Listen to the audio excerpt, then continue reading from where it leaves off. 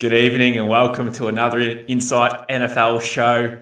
I'm your host, the Mav, and as always, Mullen's with me. How you going, Mullen? What's been happening? Oh, mate, just hanging out for this episode. Just the role of continuing to be a pest in my leagues of just sending out bulk trades while we prep for these shows is just love it. Just so passionate for fantasy and making all those moves. Definitely been very active, trying to get a bit of data for us for this show. But yeah, very, very keen for this one to say the least. Yeah, unfortunately, DFAB can't be with us tonight. He's on annual leave. I think he might have accrued his first day of annual leave, but yeah, well done to him. But no, tonight we're going to be covering our dynasty sells. We're going to have 5 players each that we think that you should be selling immediately. More suited, obviously, for NFL dynasty. It's more so get out before it's too late, I think, is the mentality that I've got with my 5 players. But and especially at the top of the show as well, Mullen, we usually do have news, but unfortunately, there hasn't really been much news to cover over the last week, and this has been the problem with off-season podcasts as such, is that we can't always give you the latest news because there is none. Yeah, there isn't. The only thing, and we were chatting a little bit about this before going live. It's just the Aaron Rodgers saga. That's it.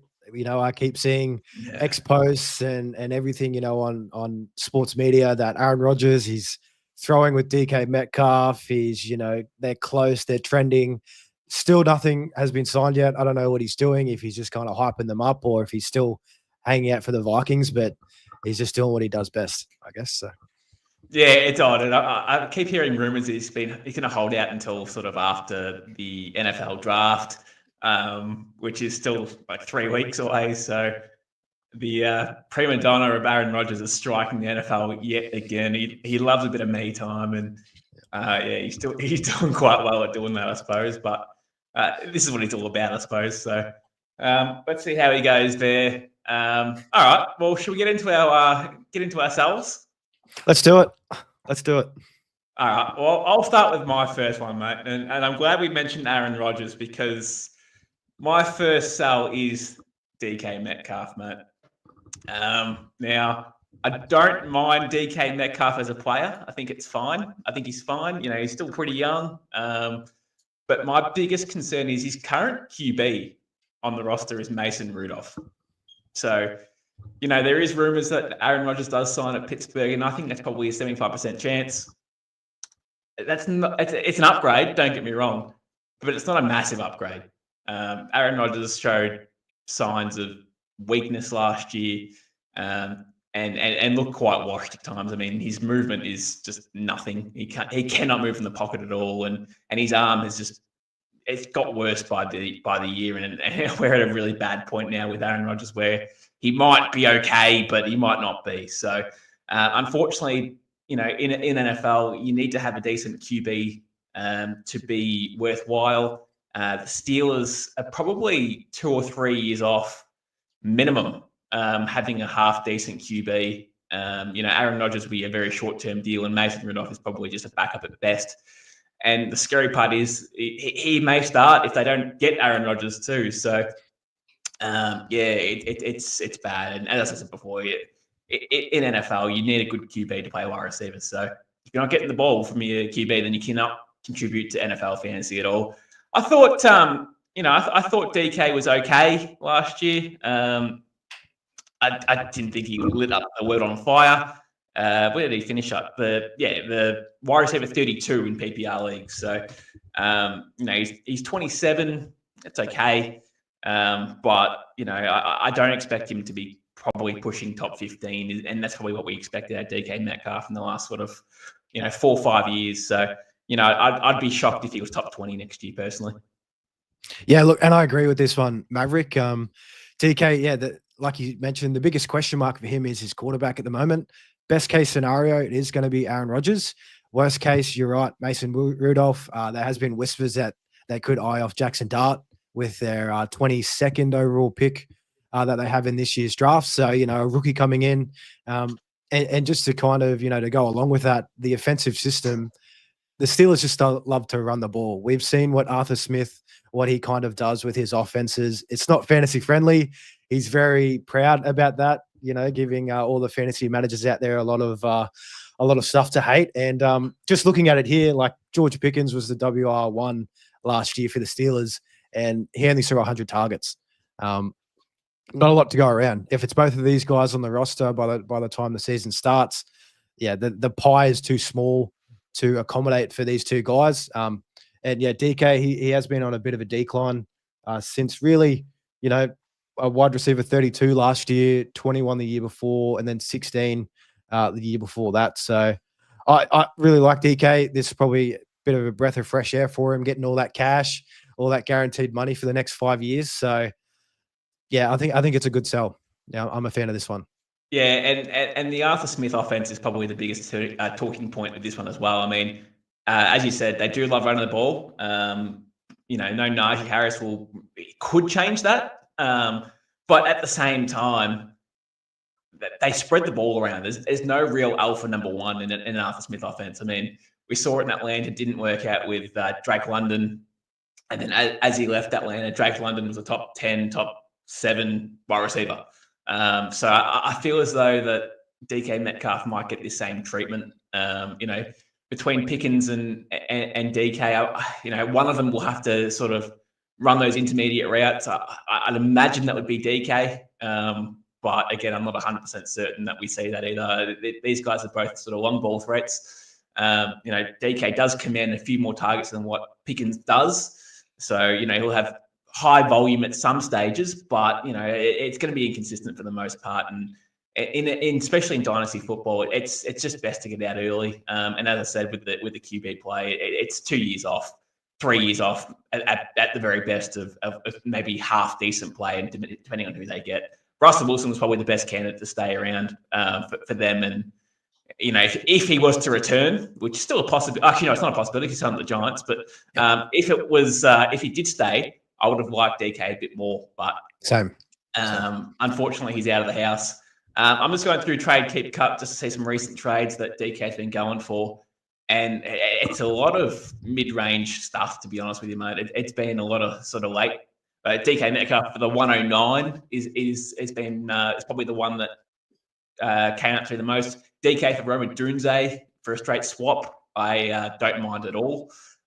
So those type of deals is probably what I'd be looking for. 109, I don't know if you'd get him for 109, to be honest, but it might be one of those draft day deals where I'm happy with the 109 or 108, and their player might have won the pick before and would rather establish player. So I think DK Metcalf, if you're going to trade him, it would have to be on the draft day to get that one done. I know we're promoting this to be before the draft day, but I think DK Metcalf would be better suited to be traded on the day, depending on what you like.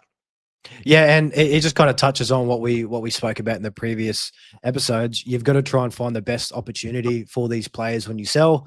You don't just want to, kind of get out when there is going to be an opportunity coming up the way his price is going to go up. Like you mentioned, during the rookie draft, this is a great time to trade these players. Personally, I'd be happy, of course, depending on your current team layout. If you're trying to get younger, if you're trying to reset the clock a little bit, I'd be happy with late first for DK and kind of move on to the next thing. Who was your first sell, mate? So my first sell, going to the quarterback position, plays for the Indianapolis Colts, Anthony Richardson.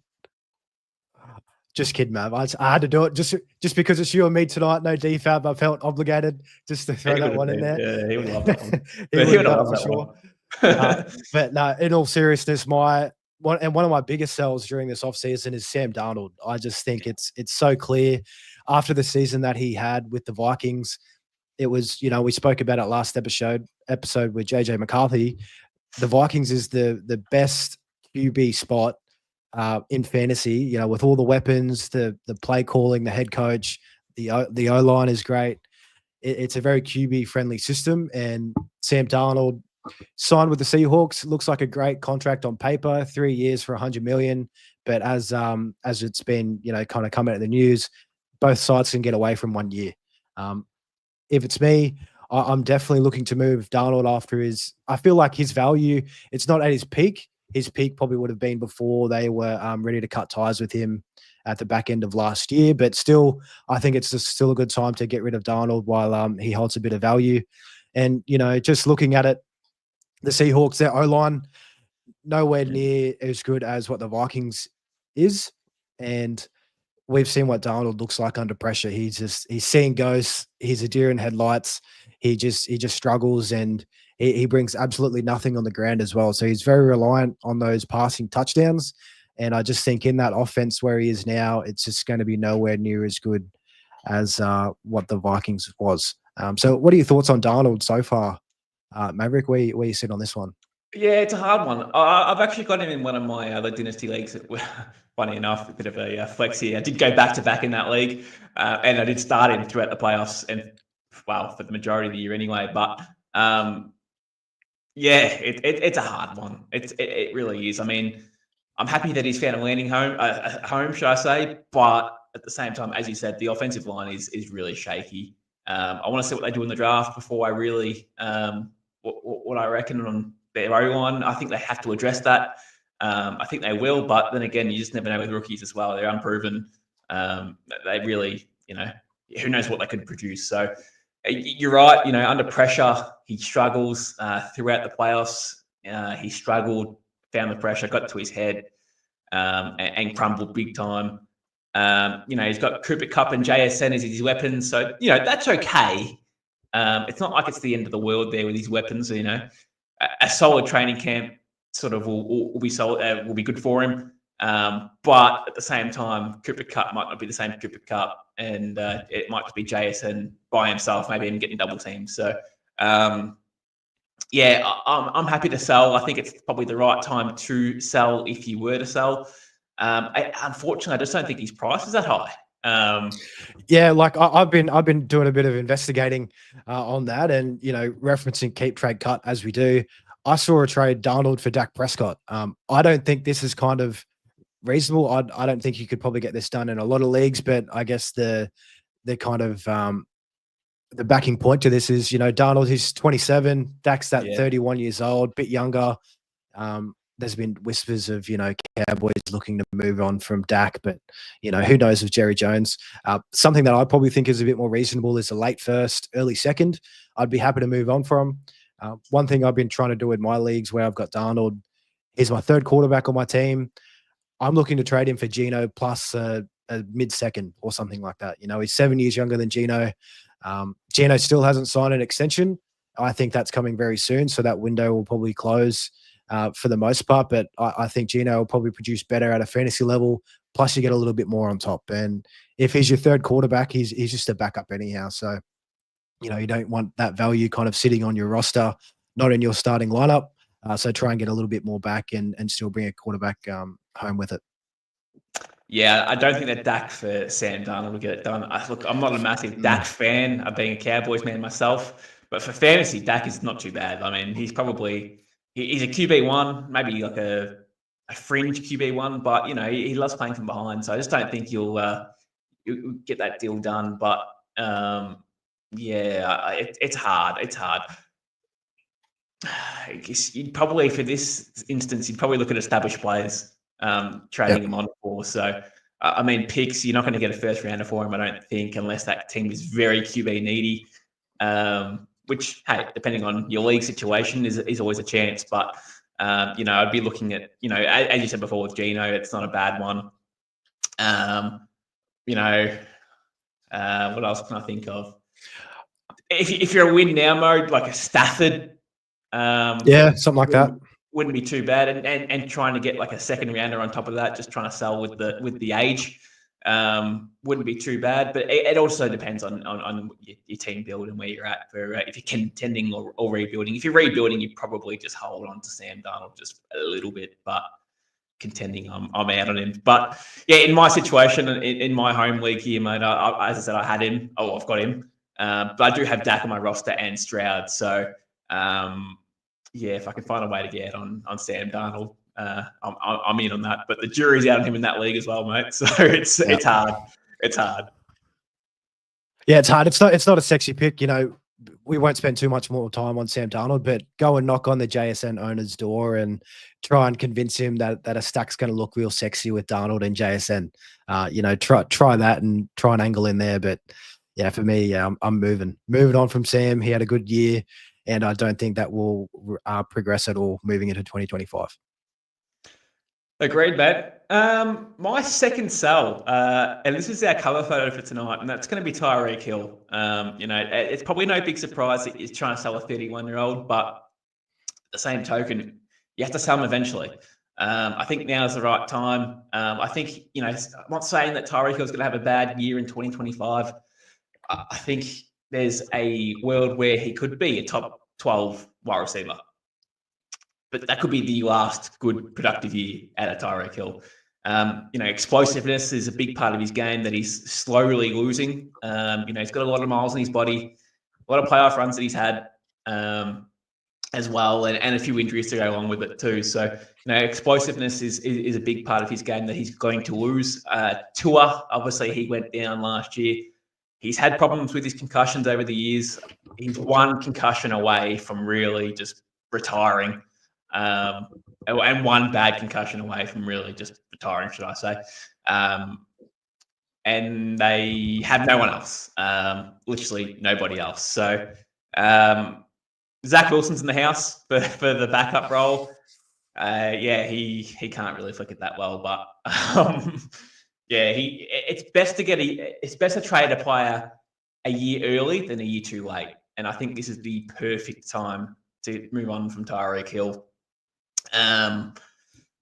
Especially with Tua's concussions, he has been getting the ball out a bit quicker to stop that contact coming as such. So Jonnu Smith was a big beneficiary of that last year, getting the ball out. And Jalen Waddle was something they need to uncork as well, because he's the future of that franchise at wide receiver.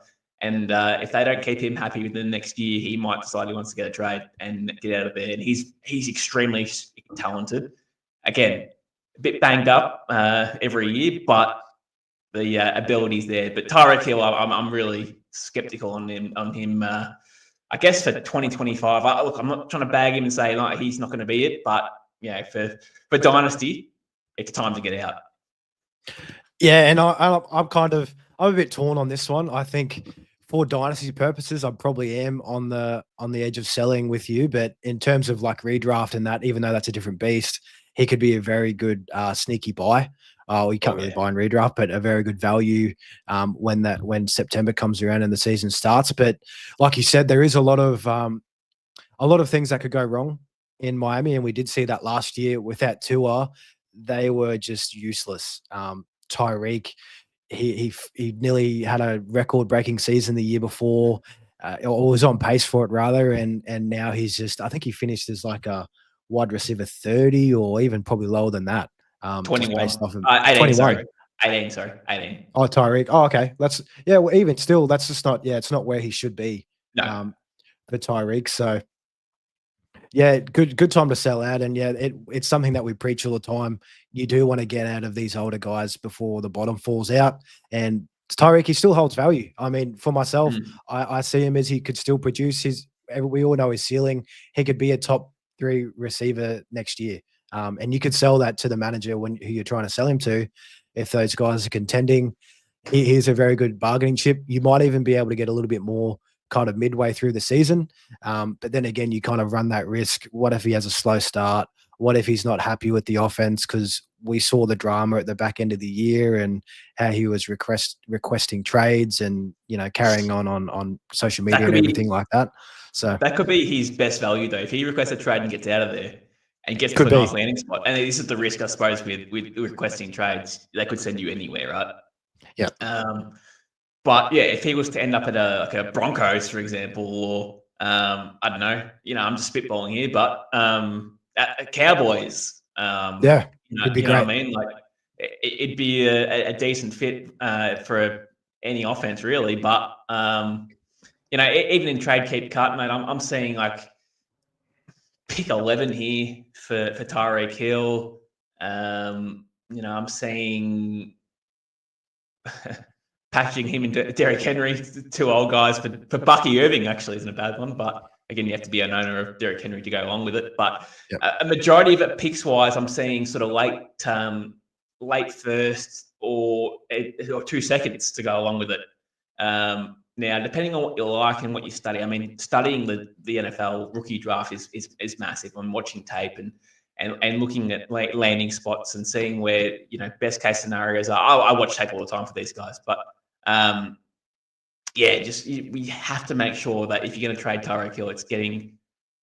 You probably want to get a receiver back in the draft, like Matthew Golden or something like that. Again, depending on his landing spot, but you have to make sure that he's the one as well. So, look, I don't mind trading him for an established player. Again, Roma Dunze is another one that screams to me. I'm massive on Roma Dunze coming into 2025 personally, but that one screams to me. I think that Roma Dunze's got plenty of upside.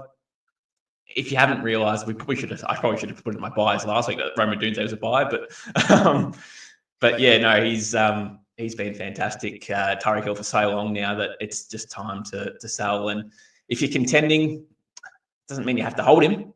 It doesn't mean it at all. But as you said before, if he has a slow start to 2025, then all value that you possibly would have had out of him is now gone. So it's best to get out a year early than a year too late. And listening to those trades that you were kind of going through on that database, this might be the most value that you actually get for him. If you can still get a late first, I can't see his value rising. He's a 31-year-old wide receiver. Yes, he's got all the talent in the world. Yes, he could finish number 1 overall, but 31, all it takes is one injury. He's very reliant on his speed to be that elite guy. And all it takes is, one bad leg injury and he's done for good. So don't get caught holding the bag. I don't think he's going to finish number 1, mate. He's not finishing number 1. He'd be lucky to be top 10. No, not that bad. But I can see him being between 5 to 15 at a broader range. Again, it all depends on tour. It really does. Yep. So, who's your second sell, mate? So, sticking with the wide receiver position, I've got Jerry Jeudy of the Cleveland Browns. And I think Jerry Jeudy, you can still get a good deal done for him at the moment. He's young, only 25 years old, finishes a wide receiver 12 last year, the best year of his career, might I add. And, to kind of go along with that, his position to finish off last year, that I think that's as good as it's going to get. The Jameis Winston gunslinger experience just kind of carried him to new heights. And just kind of for reference, so Jameis started in 7 games at the back end of last year. He was throwing for 40 passing attempts per game. If you look at that over a 17-game span, so the course of the season, he would have had 690 total attempts. And to put that into some context, Joe Burrow threw for 652 passing attempts over 17 games. So that's just not repeatable at all for Jeudy. He's not going to have nowhere near that amount of targets and opportunity. And Winston's gone. Their quarterback questions up in the air, same as, Tyreek had those question marks with Tua and what happens with him. Jeudy, it's looking like Shedeur Sanders maybe at the 102. Maybe they take Abdul Carter at 102 and just kind of kick that quarterback can down the road. There's been rumors of Kirk Cousins, and Kirk Cousins, he looked absolutely washed last year. He was, benched at the back end for Michael Penix, like we all saw. So I just think now Judy's value is at the utmost peak. I can't see it getting any higher. And I think you can really sell a good case to people that are going to be looking to buy a wide receiver. And just to add on to that, the rookie class coming in, it's not as deep and or strong at the wide receiver position. So, you can kind of leverage that. Guys looking for a young wide receiver in Dynasty, coming off his best year, wide receiver 12, back in, wide receiver 1. I think there is value there to get rid of Jerry Jeudy. Yeah, I agree. And I'm not convinced they actually draft a QB either, might I add. It could be Travis Hunter. Could be. They might try and sign a veteran, like, as you said, like a Kirk Cousins, which won't work for him, but it's just like a bridge QB as such. So, I in no world am I in on the Cleveland Browns offense at all. Any of them, any Cleveland Brown, might I add, it's really grim. Deshaun's going to be out for the whole year, so it's not like he's going to be an option at any point coming back. And probably a good thing too, because he was horrendous during his whole tenure. Probably the worst trade you ever see get done in the NFL, with probably the worst contract extension to go along with it. But no, I agree with Jerry Jeudy, man.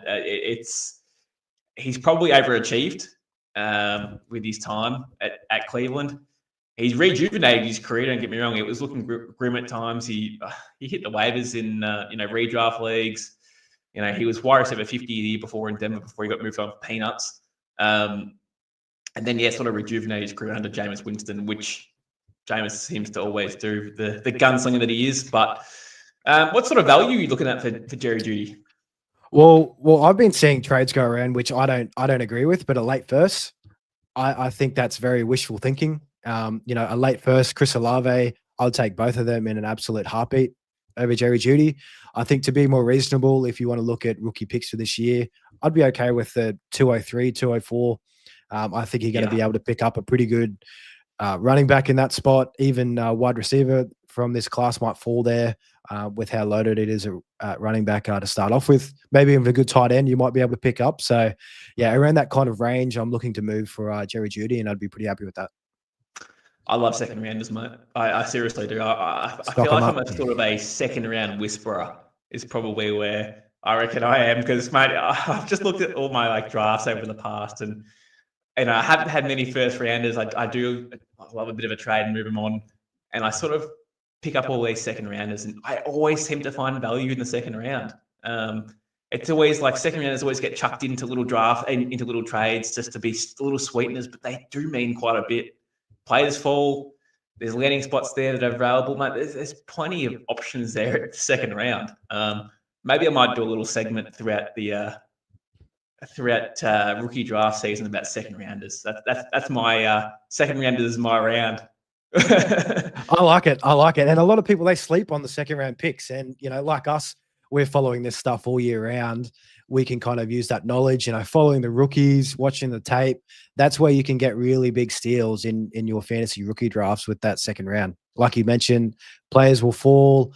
Guys just overvaluing certain players that we don't rate at all, which is great. But coming closer to the rookie draft, I'm sure that there's going to be some really, really good, valuable picks in that early to mid second. So definitely good to cash in. Brown once upon a time was a second round pick. He was. Jalen Waddle was a second round pick. Oh, there's a lot of second round picks, mate. There's a lot of second round picks. The second round whisperer. That might stink. I like it. My third sell, mate. This is going to be a little bit controversial. And we were talking about this off air just a little bit, but Scary Terry McLaurin is my third sell, which is probably a bit rough after a career year. But again, do you think he backs it up? I don't know. How many TDs did he have last year? Let's have a look. He had 13 TDs last year. I mean, the offense improved. He got his first ever QB. That was half decent. Well, elite, might I add, should I add? But 13 touchdowns. Is that sustainable for 2025? I'm not sure. I don't think it is. They've now added Deebo Samuel in the house, so just another weapon that he has to compete with. The run game will improve, I would imagine. There'll be more set plays here for Jaden Daniels, run plays such as Jaden Daniels. Brian Robinson is the current RB, but I wouldn't be shocked if they used first-round capital or second-round capital to draft a running back and solidify the run game. Because what we have seen with teams that are sort of in the window of contending is that you need a really, really solid running back to take that next step. So if they can find that next running back, that's going to hurt Scary Terry's value.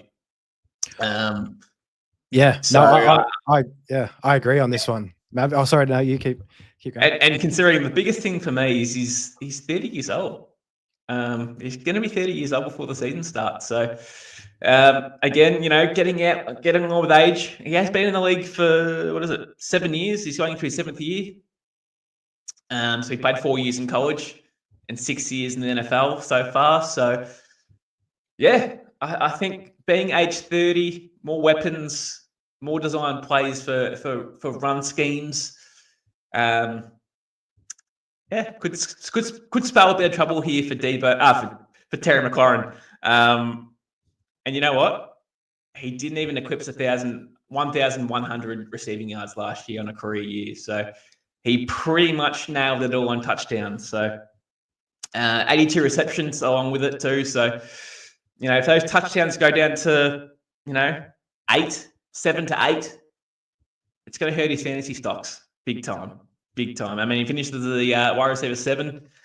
He has 6 or 7 receiving touchdowns. That puts him down to about wide receiver 20-ish. So it's a big difference. Yeah, and this is just a prime example of capitalize on these guys that have absolute career years. This one hurts because Terry is such a good player. I feel like he's just a sweetheart in the dynasty community. But this is the business. He's, like you mentioned, he's an older wide receiver coming off the absolute best year. And so his 13 receiving touchdowns, that was second in the league behind Jamar Chase. There is no way like that. That is an absolute regression spot for next year for Scary Terry. And looking at his history, the second most touchdowns he has had since then, or besides last year, was 7 in his rookie year. After that, it was 5, 4, and that's it. He's not much also. Yeah, definitely this is going to be the peak of his value. And I've seen mocks of Trey Henderson, the rookie running back out of Ohio State, being mocked to the Commanders. I think I don't know if it's the back end of the second round or something like that. And he's a pass catching threat. That's going to take anything away. That's going to take a lot away from Terry. And with Debo as well, that pie size just gets a little bit smaller. But Terry, your man Zach Ertz is still around too. Not for long. Ben Sinnott's knocking on the door, mate. He's coming. He's coming in hot. You're gonna die in that grave. I will, but it'll come to fruition next year. But in terms of Terry, die on the hill's the right terminology. Die on the hill. I'll die wherever Ben Sinnott takes me. I'm following him. I'll die wherever. But yeah, I'm with you in terms of Terry McLaurin, Mav. I think this is just it's just a great spot, and his value isn't going to get any higher than this. Yeah, and value-wise as well. I mean, we keep referencing trade keep cut, but there's a lot of trades, and a lot of them are for established players. There's not many that I see for straight swaps and draft picks. The one that probably screamed it to me the most is the 110 for Terry McLaurin if we're talking straight swaps. Other than that, it's packaging Terry and somebody else to get an upgrade is more what I'm seeing here. So I'm seeing like AJ Brown coming back with, I don't know, a late second and a third in there. And AJ Brown's not exactly 100% bulletproof at the moment either, but I probably trust AJ Brown more than I do trust Terry McLaurin going into 2025. Same. Which is crazy to say, but especially after that year that he had, but I really do. So AJ Brown would be, again, depending on your list situation, obviously, if you're contending or sort of looking to, you're in the middle of nowhere as such. I still believe no matter where your list is at, you do need to move him on. If you're contending, you definitely need to move him on. I think that's one of those ones where he has to go regardless. And if you're rebuilding, then picks is probably your way to go. So I'm out on Terry McLaurin for 2025. Mate. Yeah, I agree. And actually, I think you've convinced me that after this show, I've got Terry in a couple of spots. I'm going to, send Terry in a second round pick for AJ Brown. And because I think it could be done. There is potential. Yeah. He's AJ Brown's coming off a down year, a couple of years younger. You never know. You might just catch someone slipping and, you can capitalize. Yeah. Who's your third sell, mate? So my third one, this one was, out of all the ones that I have, this is probably a little bit more controversial. It's Jamison Williams from the Detroit Lions. I know in my home league, so the one that I care about the most, I drafted Jamison during his rookie draft 3 years ago. Held on to him for 2 years, just waiting for something to happen. And now that something's finally happened, I just kind of want to get rid of him. I've kind of gone through that roller coaster. He had a breakout campaign last year, finishes the wide receiver 22 in only 15 games. And he had some big weeks. I think he had 4 or 5 games where he dropped 25 points. So they were week winners in terms of kind of that kind of production for that week. But just with there's just going to be so many question marks, and because Ben Johnson, he was just an absolute offensive mind, genius, might I say, in that offense. And I think he played a key part in unlocking Jameson Williams in terms of play calling when it came to crunch time. And I just think at best he's the third option in that offense. There's Amon-Ra, Jahmyr Gibbs, Jameson probably slots in there, probably Sam Laporta. They're both kind of on that same level. So yeah, I'm happy to kind of cash out, especially with, mentioned it early in this pod. It is a weaker wide receiver class. I'm just kind of leveraging that. Any guys that are looking for wide receivers, I'm looking to kind of, move Jameson. I've sent a few offers out. I've actually hit one the other day. Jameson Williams for the 106. And on this team, just for a bit of context, I'm pretty loaded at wide receiver, not so loaded at running back, and that's kind of where I need to improve. And with the depth of this class, for me, that was a bit of a no-brainer. I think that's kind of fair value for Jameson at the moment. But fingers crossed he doesn't go to the moon next year. I think there is a chance that he does improve, but I'm going to bet on that he doesn't, and that I'm going to get out early. Yeah, Jameson Williams is a bit of an interesting one, mate. I feel as though he's a sort of like not glorified as such, but he's a bit of a boom or bust type of player. He is. So he gets these. He loves his go routes, and he's very quick. Might I add, he's extremely quick on the foot. But especially in those go routes, if he's 1-on-1, he's going to beat that cornerback every time, and he's out. Once he's out, he's out. So they target him on those plays. Try and isolate him 1-on-1, get him open, bang, 50-yard touchdown, 60-yard touchdown. Yards after catch, he's magical, right? It's his mantra. So I'm just looking here. He had 24.4 points in week 1, 15.4 points in week 2, 1.2 points in week 3, 16, 17, and then a 0.6, and then a 9.3. So, you just don't know what you're going to get out of him, right? Yep. He's good, but he's bad. So, as you said, they've got a loaded offensive room. Jahmyr Gibbs is probably going to be. You think he'd get more carries next year than Monty. It's probably time that happens where Gibbs is like the RB1 of NFL, and then you've still got Amon-Ra in the house, and you've got Laporta, who steadily improved as the year got along. So it's a stacked offense, mate. It really is. It is.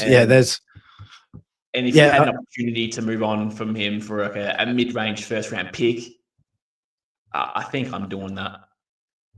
Yeah, I think that a whole lot of mouths to feed, and looking back at last year, he only had 91 targets and 58 receptions. Like, that's just, there's not enough there to kind of have stable production for fantasy. I know when I look at wide receivers, I'm always looking for those guys that are going to be the target hogs, going to be the number 1 or number 2 option on their team at minimum. And they're going to, produce. Because, like you mentioned, if he has these weeks where he's scoring 0.6, 1.2, that's lost you the week pretty much. Oh, yeah. And that's not what I want in a wide receiver. I want those guys to be a little bit more stable. So, move on Jameson Williams. Agreed, mate. Now, I'm going to have my fourth sell here, and it's a man from your mob down at the Buffalo Bills. No, it's not going to be Josh Allen.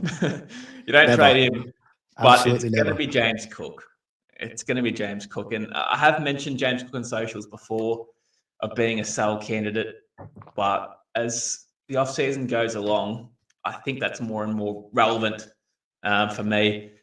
He had, what was it, 18 touchdowns last year, 16 rushing and 2 receiving. That is so overs on James Cook. It is so overs. Year before he had 2. So it was an increase of, 2 rushing touchdowns as such, should I say, compared to 16 rushing touchdowns. So it's an increase of 14 rushing touchdowns in a year. That's going to change. He's already come out and protested to the front office that he wants a contract extension and he wants to be well paid. I think he's asking for the second most money or second best in his position money-wise in the competition. Fair enough after the year that you've had, sure, but they're not going to pay him that money. He's going to have to find a middle ground there where it suits both parties. But hey, he's 25 years old. He's looking to get paid for the remainder of his career and cash in, which, hey, I understand. But he's 25. He's going to be turning 26 before the year starts on. When does that gap of running backs start to decline? It's sort of around about age 27 to 28. 27 is probably the start of their decline. 28 when it sort of really dips. Depending on who you are, Derrick Henry is immune to that, and probably Saquon Barkley. But the rest of them, there is Father Time does catch up in that position very quickly, and James Cook will be heading there eventually. So again, it's one of those moves where a year too early is better than a year too late, and this is a classic example.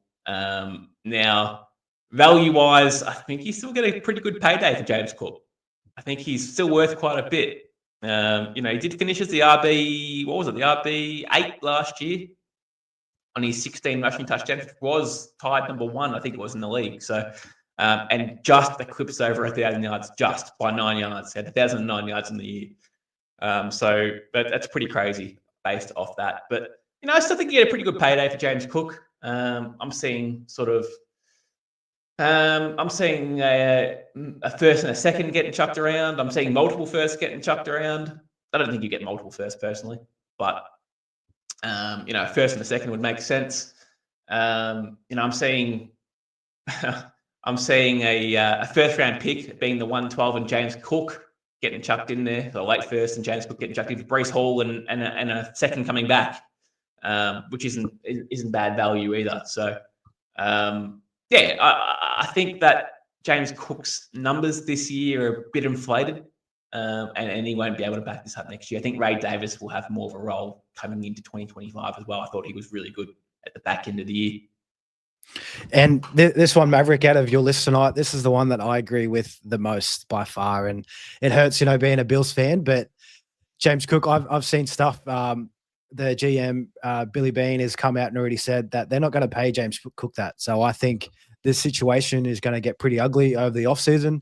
There might even be a potential holdout at the start of OTAs and during that. And we've seen what happens when players hold out. They're not game fit. They're not ready to go. They get injured. Example, Brendan Ayuk last year. And I just think, it's max value at the moment. 16 rushing touchdowns. I'm pretty sure you broke the record all time for Bills in touchdowns in a year for rushing. So it's just not a prime regression candidate. McCoy's record? Yeah, I'm pretty sure. Which is just like that record's been around for ages, and max value. They don't really need him. I don't really think.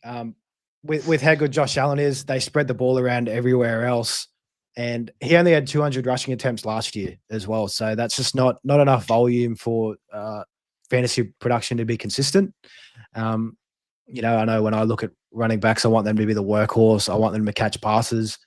But James Cook, I think it's a good time to sell. And I actually sold him earlier this week as well. Like I mentioned, I've just been wheeling and dealing.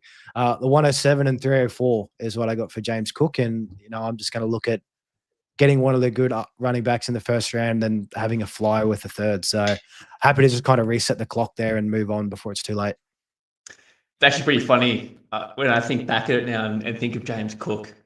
I think, God, he had a really good year, right? But in the playoffs, they went away from using James Cook. Yeah, that was had bad. It on the string in the playoffs against Kansas. Had 2 touchdowns, I think it was, in the first half, and then just went away from using him. And it sort of started. I think that was the downfall, was not using James Cook more. I thought he was hot. Get him the pill, get him running. But no, I agree, mate. I think it's a sell time for me and James Cook. I've got him in my home league in Dynasty where I have gone back to back. He's been inserted in my lineup the whole year. I have chucked some trades around to try and get him out. I have actually dangled him in front of a Bills supporter too, and he wasn't really biting a lot, but I reckon I could get him. I reckon I can get him over the line. But yeah, no, it's funny because Josh Allen had a shitload of rushing touchdowns as well to go along with it. And I think Keon Coleman, Dalton Kincaid, Josh Palmer's in the house. I don't think he's a massive option, but he's another option. Josh Allen will start spreading the ball around a bit more, throwing wise anyway. So it may spell a bit of a disaster for James Cook to a degree. So watch this space on James Cook. I hope he doesn't hold out. I hope he just plays through these discretions that he's got and puts the team before himself first.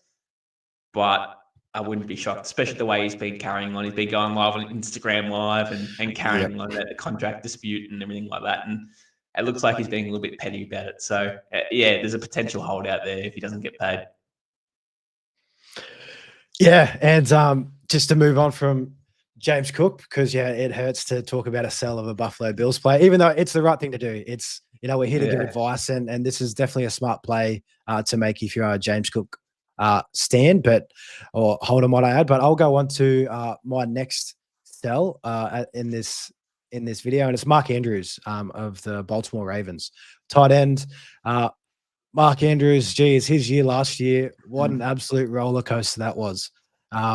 Came out slow. He had that car accident, and there was a lot of talks that he was, carrying a few little injuries and whatnot. But back-to-back donuts in week 3 and week 4, everybody was ready to just jump ship, look for anything to hold on to, and it just wasn't a pretty ride. And so with that, Mark Andrews, he had a pretty good year. He salvaged it with all the touchdowns that he had. He had 11 touchdowns on the year, second most in his career, second time that he's had double-digit touchdowns. So it's not a sticky stat whatsoever for Mark Andrews, a bit of an outlier. And we saw with that Ravens offense, Derrick Henry and Lamar, they just command so much of that work. That whole offense just kind of revolves around those guys. The likes of Rashad Bateman, he was even getting work last year. So I think in terms of the receiving game, there's just not too much to go around in Baltimore. And if Mark Andrews, if he only had 5 or 6 touchdowns like he normally does, he doesn't finish anywhere near number 6. So, I'm looking to kind of get out, capitalize on that. And just to lean on your buy from last week, Isaiah Likely, I think there's a good chance that, they kind of move on from Andrews after this year and keep Likely. So, that tight end room is crowded as is, to go along with the lack of volume that kind of happens in that receiving game. I'm glad you mentioned that, mate. Isaiah Likely is the one to get. But Mark Andrews, God, it was ugly, wasn't it? At some parts, especially in redraft league. I saw him in waivers. People were completely out of him in redraft leagues. He did get going to a degree, sort of in the back end. He got healthy at the back end of the year and looked okay. And then, God, that playoff game dropped that touchdown pass. I mean, you were been loving life personally as a Bills fan, but that was good. But God, that should be just snaffled up. He had 2 hands on it, and it just hit him in the rubber chest, and out it goes. But it's really, really Isaiah Likely season in Baltimore, I reckon. And if that's the case, then Mark Andrews is going to be the loser out of all this, and he's got to go. He has to go. There's no way that he can be on your fantasy roster moving forward if Isaiah Likely takes that massive step forward, which I am projecting. I agree there. And just to go back to Mark Andrews' season, only had 69 targets. The days of where Andrews is getting 100+ targets is well and truly over. We're not going to see that ever again, especially on this offense. So move on. And in terms of trade value, with the tight end class that's coming in, it's very deep also to go along with the running backs. And so trying to capitalize on that. I'd be just kind of, thinking off the top of my head and also kind of leaning into one of my buys from last week. I would take Jake Ferguson in a second for Andrews. I think that you can get that deal done at the moment.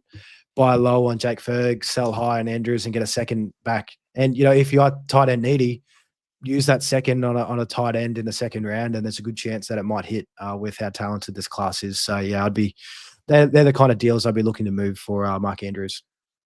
Yeah, and you can get Loveland with that second round pick. Yeah.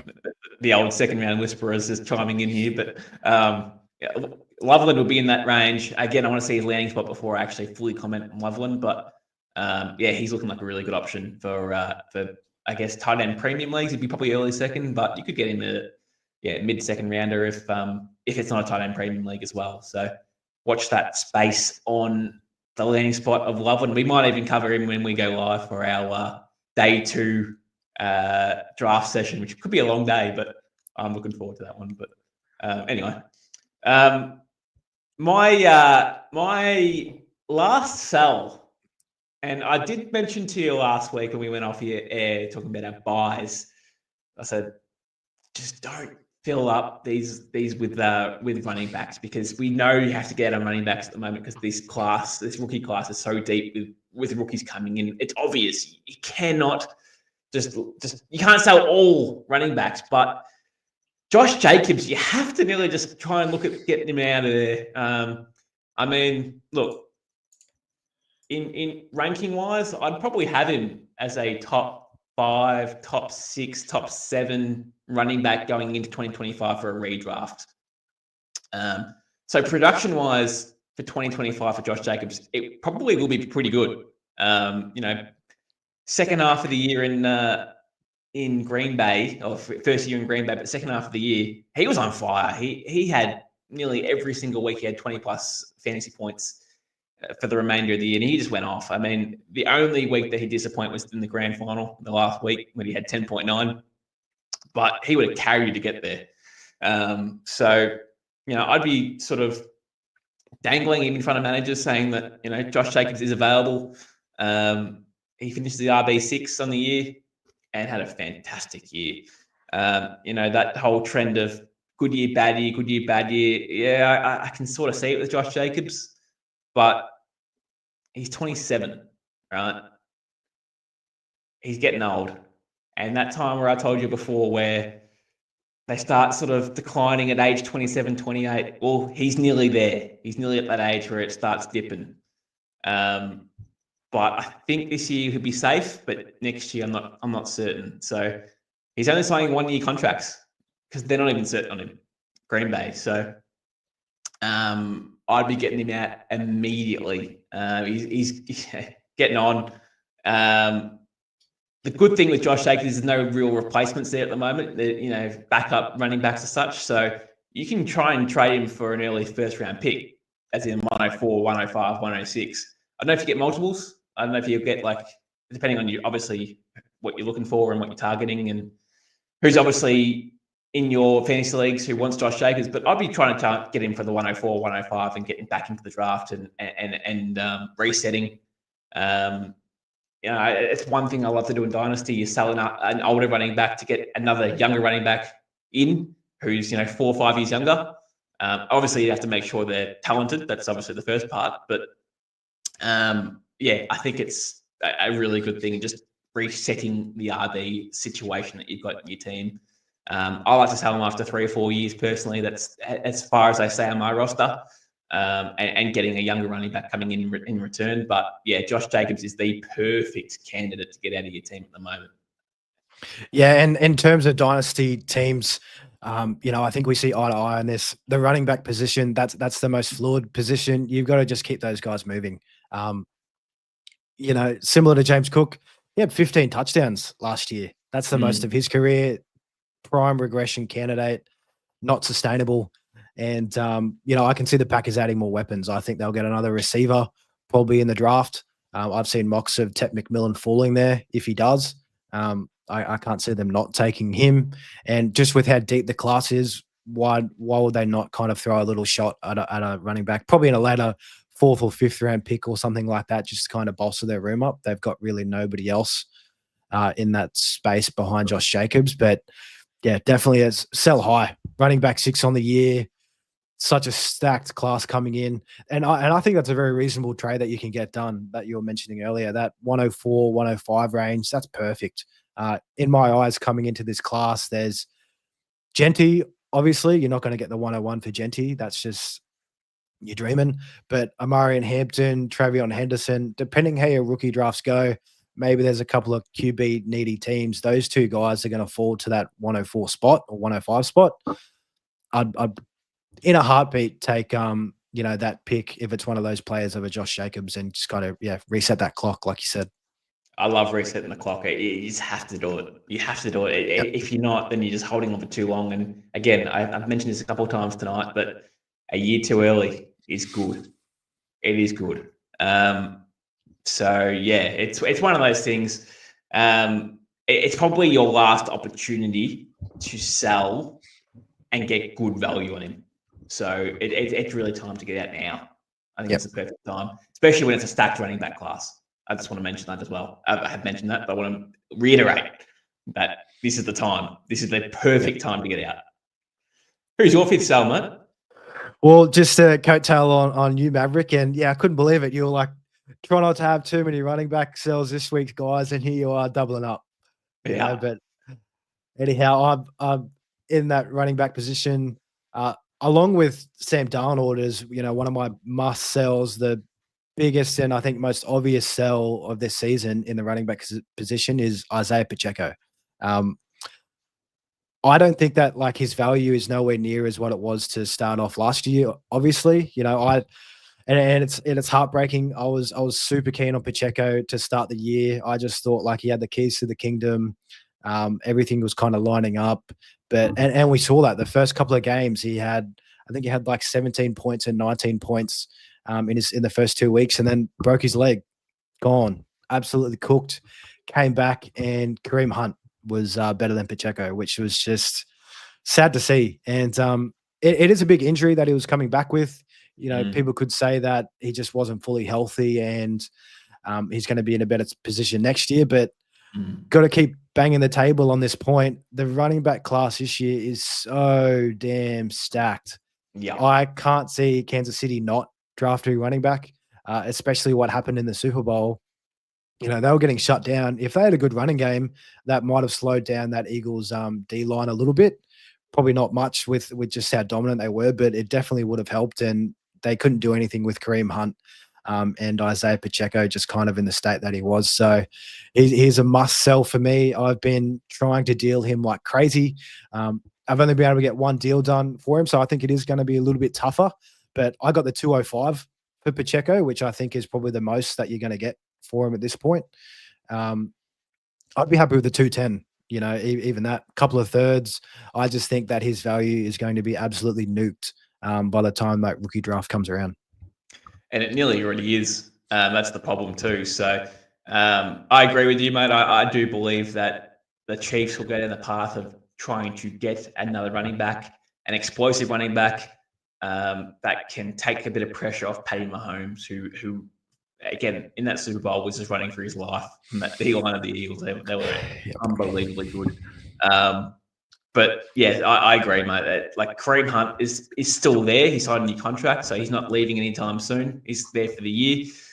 So currently, it'll be a battle in training camp between him and Pacheco, I'd say, fighting for it, unless they draft one, which, again, I truly believe they'll do that. And get an explosive running back. It just makes sense. It really does. Now, Pacheco-wise, if they weren't to draft a running back, I don't know, man. He's on his last year of his contract. He's looking to get paid. The Chiefs won't pay him. The Chiefs they won't. Yeah, they don't pay running backs. So he would then enter free agency and looking for a new home. I don't know what that new home's going to look like, and that's scary for a running back. That is really scary for a running back. Unless you're a top tier talent, it is scary. Yeah. I don't think he'd be a starter, just to add. I think it'd be a very similar to Javonte Williams, a small deal, 1 year kind of thing as a join a committee, be a backup. I don't think the future's too bright for Pacheco. Yeah, I don't think I'm that out on Pacheco. The fact that I'm like he was projected to be he was going in third round drafts, a third round pick in redraft leagues, right? We were really high on him going into the year. There was a comparison between him and Derrick Henry, who's going to have a better year. That's how good his year was going to be. Obviously, that leg injury, the broken leg, did derail that, and obviously coming back from that at the end of the year is rough.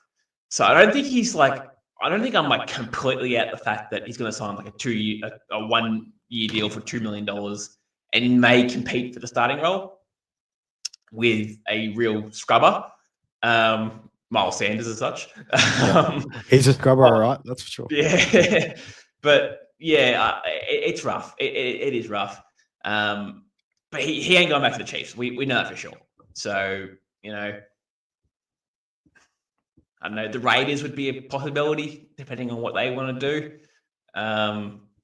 But yeah, there's still a lot of time between now and then to know what the Raiders are going to do at running back. There's a lot of options there for him. So, I don't know. It's hard. I would just sell for the 205 and just get out and don't worry about it. And make someone else a problem. Yeah, and at those, second round pick, we've got the second round whisperer with us. Yeah, you can get some really good value. Another running back. It's so Cam Scatterbo. Yeah, exactly. He could fall in that range, and I feel like the listeners here are going to be sick of us just banging the table and saying it all over again. But we just need to absolutely drill it in. This class is like the best running back class in the past 10 years. Everybody's been saying so. It's just so stacked. So yeah, running backs are on the hot seat. Move on now. Yeah, and the fact that I was umming and ahhing on Pacheco just sort of proves the fact that he can't just hold him. You have to sell him. So, yep. I'm out. Not fully out, but I'm out. Yeah, look, just to sidetrack a little bit. If I can get him for a late third round pick, I'm in, by the way. Yeah, that's nothing. It's not really a buy trade, but I'm in for a third round pick.